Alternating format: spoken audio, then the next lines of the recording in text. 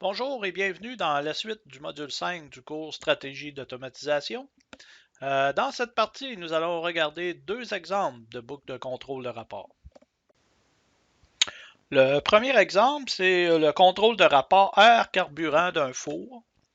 Une stratégie de contrôle de rapport peut jouer un rôle fondamental dans le fonctionnement sûr et rentable des chauffages, chaudières, fours et autres procédés de combustion de carburant. Le rapport air-carburant dans la zone de combustion de ces procédés a une incidence directe sur l'efficacité de la combustion du carburant et sur les émissions environnementales. Ainsi, l'objectif de contrôle est d'obtenir une combustion optimale. Pour y arriver, il faut réguler le débit d'air selon le débit de carburant. La consigne de débit d'air est égale au débit de carburant multiplié par le rapport désiré ou le ratio désiré. Le débit de carburant peut être commandé pour modifier la température du four. Par exemple, si on veut augmenter la température du four, il suffit tout simplement d'augmenter le débit de carburant. Ce débit-là devient tout simplement une perturbation pour notre boucle simple de débit. Si ce débit-là augmente, si le débit de carburant augmente, pour garder le ratio, le rapport désiré, systématiquement, la boucle de contrôle ici, par rétroaction, va s'organiser pour augmenter le débit d'air dans les proportions, pour le maintenir dans les proportions ou dans le rapport désiré.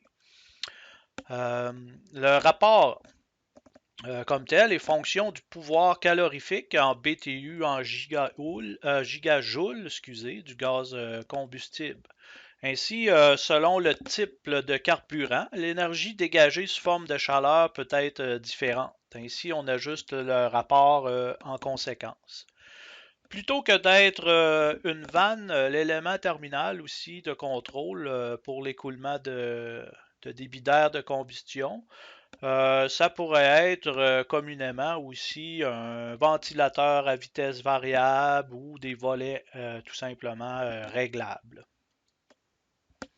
Un deuxième exemple qu'on peut voir, c'est le contrôle du débit d'eau par rapport au chlore d'un réservoir, souvent utilisé là, dans le traitement de l'eau potable.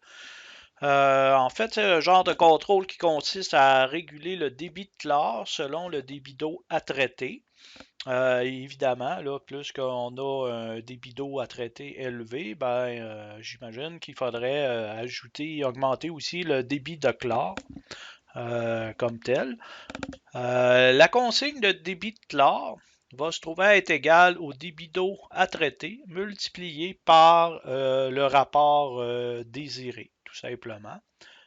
Ici, on voit un symbole qu'on a moins souvent vu dans le cours. On a ce qu'on appelle une pompe doseuse, qui est en fait sa fonction principale. C'est comme une pompe à vitesse variable, sauf que sa fonction, c'est de doser en fait la quantité de chlore qu'on va rajouter dans le réservoir.